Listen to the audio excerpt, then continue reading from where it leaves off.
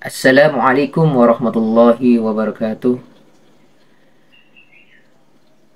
Selamat berjumpa lagi di channel Tuan Guru. Semoga kita selalu diberikan kesehatan, zahiran wa batinan, selalu diberikan rezeki yang halal dan thayyiban, yang barakah dan berlimpah. Mari kita menyimak bersama-sama ceramah dari Gus Baha. Semoga apa-apa yang disampaikan nanti menjadi ilmu yang bermanfaat, ilmu yang nafi buat kita diri sendiri dan orang banyak. Dan jangan lupa yang belum subscribe di samping ini.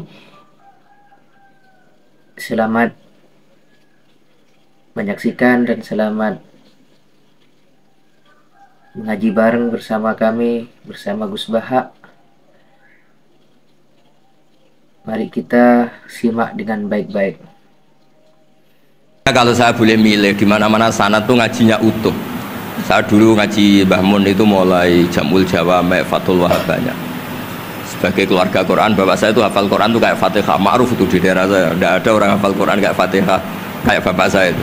Makanya tradisi keluarga kami memang Quran. Terus babah kami juga dari ulama Lasem, Habib Jidan pernah rawuh di mbah saya. Kebetulan pondoknya mbah saya namanya juga Al-Fakhriyah, Habib ya.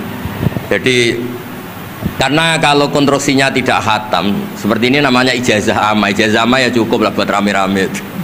Tapi secara keilmuan itu masalah karena konstruksinya belum selesai. Makanya tadi saya senang Habib Jidan ketika cerita ada orang ngajar lumak.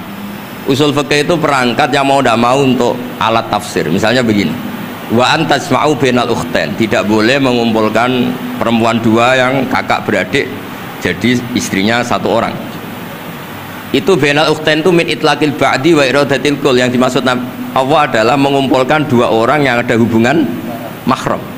Coba kalau kita misalnya bikin gerakan kembali ke Quran, berarti yang haram hanya antasma'u bainal ukhtain. Padahal yang haram adalah bainal mar'ah wa ammatiyah, wala bainal mar'ah wa khalatiyah, wala bainal mar'ah wa jaddatiyah. Pokoknya dua perempuan yang ada hubungan mahram tidak boleh dikumpulkan dalam satu pernikahan. Bayangkan kalau orang tidak ahli usul fikih kemudian dia mentafsirkan Quran, terus dia hanya pegang wa antasma'u bainal ukhtain. Itu juga anak tiri. Ada aturannya, lafadz yang keluar karena ghalib itu tidak punya makna. Misalnya begini, anak tiri yang nggak boleh dinikahi adalah waroba ibu kumulati fi hujurikum, anak tiri yang serumah. Padahal anak tiri serumah tidak serumah, kalau ibunya sudah kamu kumpulin kan tidak boleh dinikah. Lalu kata fi hujurikum di sini adalah yakhruju makhrujal ghalib. Ya umumnya anak tiri itu serumah, tapi bukan punya ikatan apa hukum. Nah, hal seperti itu kan riskan kalau kita tidak mengaji usul fikih, apa kaidah fikih. Misalnya gini, ada ular di dalam, terus kiainya bilang, Jamal ambilkan tongkat. Terus kamu karena agak dipanggil namanya, terus gak ngambil tongkat. Oh yang dipanggil Jamal bukan saya. Ini santri geblek dah. Sebenarnya kata manggil itu qaulun nabi li ahadin min ashabi itu qauluhu lil jami'. Yang hal-hal yang baik, yang darurat, siapapun yang bisa melakukan harus melakukan itu meskipun nggak dipanggil. Coba semua wiridan, ya Mu'ad inni uhibbuka fakul dubura kulli sholatin Allahumma a'inni ala dzikrika wa syukrika wa husni ibadatik. Sebagai riwayat fala tada'anna dubura kulli sholat.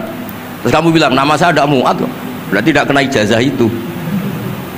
Itu harus ada analisis usul fikih. Kalau enggak ya habis kita. Semua wiridan tuh ya Abu Hurairah, ya Mu'ad, ya Aba. Nah, terus kamu, saya ada yang di wasiati Rasulullah, ada yang diijazahi, ada bisa. Jadi masalah sana tuh maunya kalau sampean orang baik, ya semua kebaikan tuh saya ijazahkan. Ya tapi tentu beda yang ngaji betulan sama yang ngaji begini-begini itu. Ya memang seperti itu karena kalau ingin jadi ulama konstruksinya memang harus utuh. Karena tadi ada usul fikih, ada kaidah fikih, ada macam-macam kayak tadi wa antasma'u bainal ukhtain. Itu ya zaman Nabi Sugeng sudah nambahi wala bainal mar'ati wa amatiha. Tidak boleh menikahi istri dan budenya atau bulenya. Nah, kenapa Nabi tidak bilang wala bainal mar'ati wa jaddatiha? Kayaknya orang kelainan kalau kepikiran seperti itu. Loh kalau bule itu masih masuk lah. Ya misalnya istri kamu 17, bulenya 27 kan kok cantik budenya kan masih bisa mikir gitu. Tapi kalau istri kamu 20, mbahnya 80, kok kepikiran itu kan. Sehingga di hadis memang hanya wala benal marati wa ammatiha, wala benal marati wa kholatiha. Nabi tidak mengatakan wala benal marati wa jaddatiha. Kayaknya kalau orang normal tuh tidak kepikiran itu. Ya tapi apapun itu nyatanya Quran hanya wa antas ma'u benal ukhtain. Itu kalau nggak dijelaskan pakai usul fikih, ini min itlaqil badi wa iradil qul secara balaghah. Ya, itu kan tidak bisa. Nah, di sini pentingnya ngaji khatam. Makanya saya suka ngaji Jalalain dengan penjelasan fikih, penjelasan usul fikih, karena supaya orang tuh tahu lah bahwa maknani Quran tadi seperti yang didahulukan Habib Jintan itu. Ya kalau kamu tidak menguasai betul, terus akhirnya ngomong menurut saya, Quran kok menurut saya, menurut perasaan saya tidak bisa. Kata Habib Jintan kok biroi, ya sudah pesan tiket di neraka. Ngeri kan? Apalagi sudah biroi dapat penghormatan, dapat uang, dapat panggung. Islam kok menurut saya, ini Islam yang menurut Rasulullah, Islam kok menurut saya. Makanya ini saya fanatik bahwa kitab tadi saya tunjukkan ke Habib Jintan beberapa kitabnya Said Muhammad yang menyebut mbah beliau apa supaya mudawan. Dulu itu ada orang alim alama namanya Les bin Sa'ad. Kata Imam Syafi'i, "Al-Les afqahu min Malik illa annahu dayya'ahu ashabuh."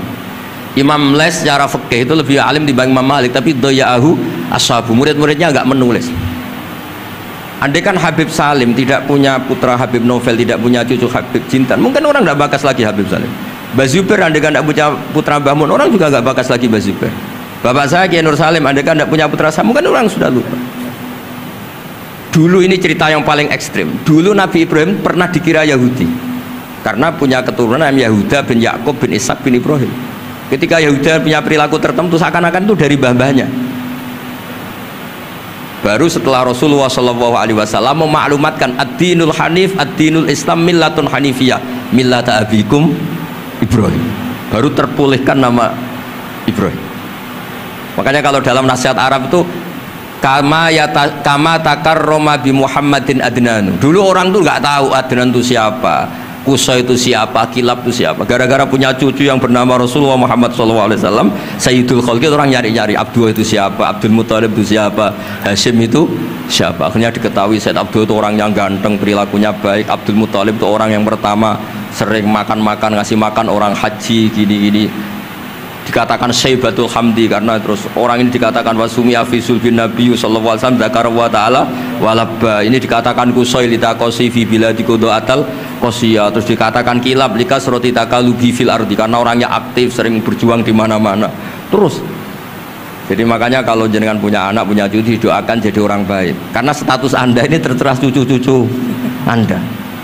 Lho nggih misalnya bapaknya sampean alim terus putune nak domino di situ, mabuk-mabuk di situ. Itu disatakan makam keramat apa tempat mabuk. Nah, makanya dzurriyyah ini penting. Makanya ketika Allah memberi hadiah pada Rasulullah Muhammad SAW kepada semua nabi, itu disebut wa ja'alna dzurriyyatahu humul baqin. Ketika dikatakan kalimat tauhid juga wa ja'alaha kalimatam baqiyatan fi aqibi. Makanya ukuran orang baik itu ya anaknya, cucunya, apa-apanya, karena ini yang meneruskan status kita. Ya jelas ya. Itu kalau Anda ini ngaji khatam, konstruksi itu tahu. Tapi kalau tidak khatam, ya hanya modal kobilna terus. Ya tapi agak apa-apa daripada sama sekali. Malah yudroku loh, lah yudroku. Oke, kersane disambung Habib Jintan.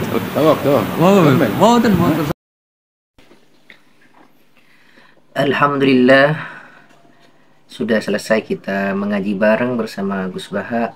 Semoga apa-apa yang kita didapat hari ini menjadi ilmu yang bermanfaat, barakah, dan selalu kita mendapatkan lindungan oleh Allah Subhanahu wa taala, diberikan nikmat iman dan Islam. Dari kesimpulan ceramah Gus Baha barusan, bagaimana pentingnya kita belajar usul fikih, bagaimana kita belajar usul fikih. Di situ kita merasa penting banget, sangat penting untuk mendalami masalah usul fikih. Sekian dari kami, semoga bermanfaat. Jika ada salahnya Mohon maaf yang tiada batasnya. Wabillahi taufiq wal hidayah. Wassalamualaikum warahmatullahi wabarakatuh.